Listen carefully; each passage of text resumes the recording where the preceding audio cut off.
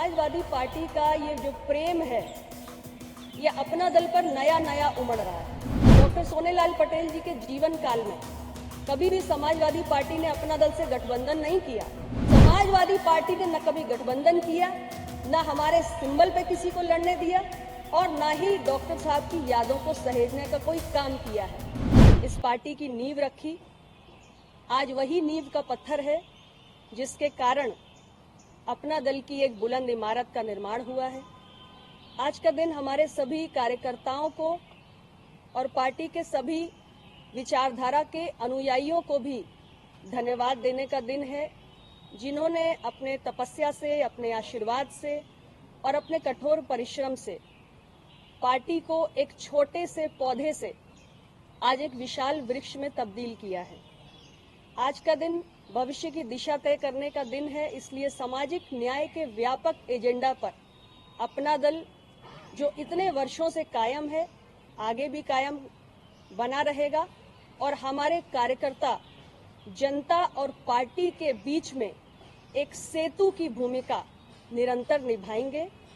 Party की विचारधारा को उनके बीच प्रचारित प्रसारित करते रहेंगे और सामाजिक न्याय के विषय से जुड़ी हुई जो हमारी मांगे हैं, चाहे भारत सरकार में पिछड़ा वर्ग मंत्रालय के गठन की हमारी मांग हो, चाहे देश में जातीय जनगणना की हमारी मांग हो, न्यायपालिका में पिछड़े वंचित समाज की भागीदारी की हमारी मांग हो, इन सब विषयों को निरंतर हमारी पार्टी के कार्यकर्ता इन विषयों पर संघर्ष करेंगे, सड़क से लेकर सदन तक।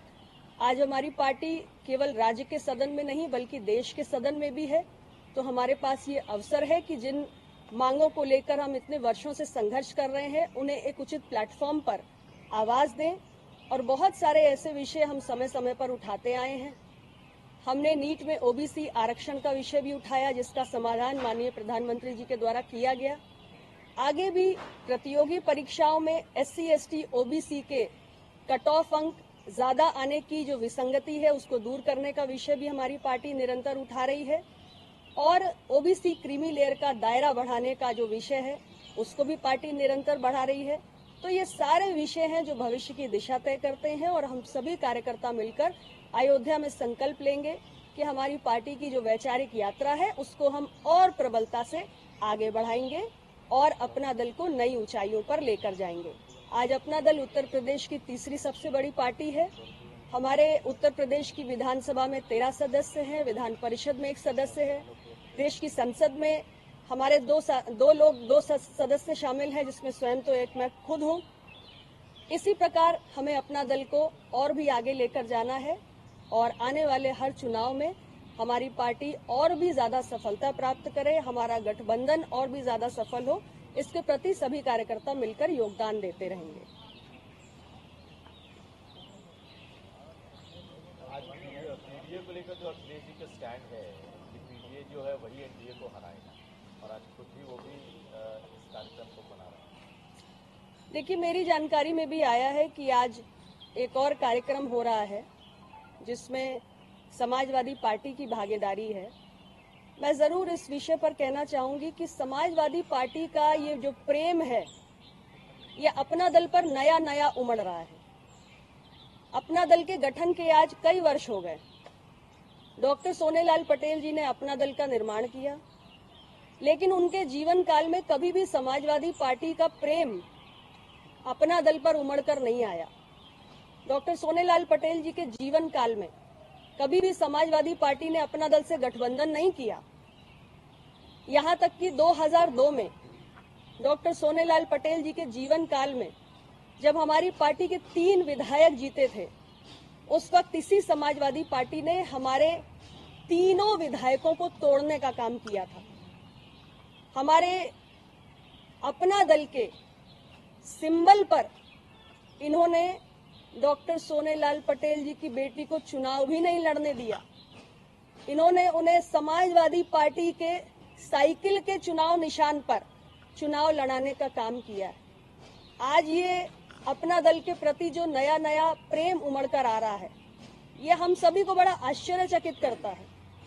डॉक्टर सोनेलाल पटेल की राजनीतिक यात्रा की यादों को सहेजने के लिए समाज के वंचित तबकों के प्रति उन्होंने जो संघर्ष किया, उनके योगदान को याद करने के लिए समाजवादी पार्टी की सरकार ने कभी भी कोई कदम नहीं उठाया।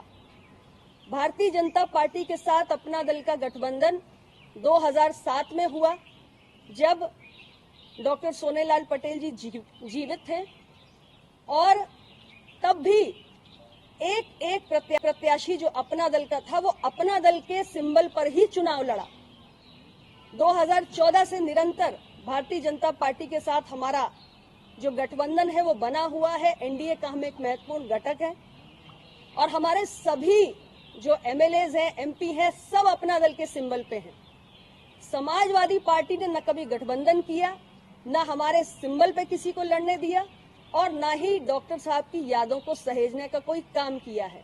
इसलिए ये नया नया प्यार जो उमड़ रहा है, ये हमारी समझ से परे है।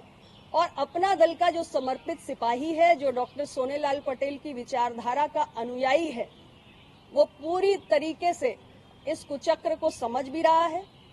और पीडीए की बात ये बार बार कर रहे हैं, पिछड़ा, दलित, आदिवासी।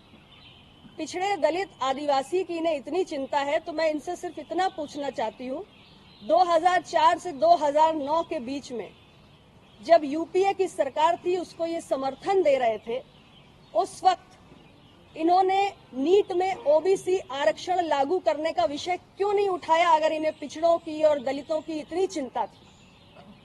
इनसे अपना दल ये भी सवाल पूछना चाहता है कि आपकी उत्तर प्रदेश के अंदर कई बार सरकार रही, आपको अगर पिछड़े, दलित, आदिवासी की इतनी चिंता है, तो आपने जातीय जनगणना क्यों नहीं कराई?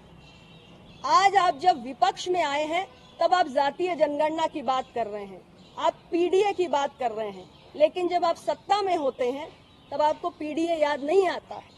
आपसे मैं पूछना चाह रही हूँ कि वैसे तो इसकी संभावना नहीं है, लेकिन कभी अगर आपकी सरकार बनती है तो आपका ये जो पीडीए है, इसमें किसी और वंचित जाति को मुख्यमंत्री बनने का मौका मिलेगा क्या? ये अपना दल का सवाल है, समाजवादी पार्टी से वो इसका जवाब दे। अपना दल ने विपक्ष में रहा हो, सत्ता से बाहर रहा हो, सत्ता में रहा हो, निरंतर हमने सामाजिक न्याय की आवाज बुलंद की है। सामाजिक न्याय का हर मसला हमने राज्य की विधानसभा से लेकर देश की संसद तक उठाया है। जातीय जनगणना का मसला सत्ता में रहते हुए हमने उठाया है। अपना दल के गठन से लेकर आज तक निरंतर हम इस विषय को उठाते आ रहे हैं। और जो मैंने आपको उदाहरण दिया, मेडिकल की नीट की परीक्षा हुई, उसमें ओबीसी आरक्षण का विषय बहुत लंबा था और बहुत लंबे समय से संघर्ष हो रहा था।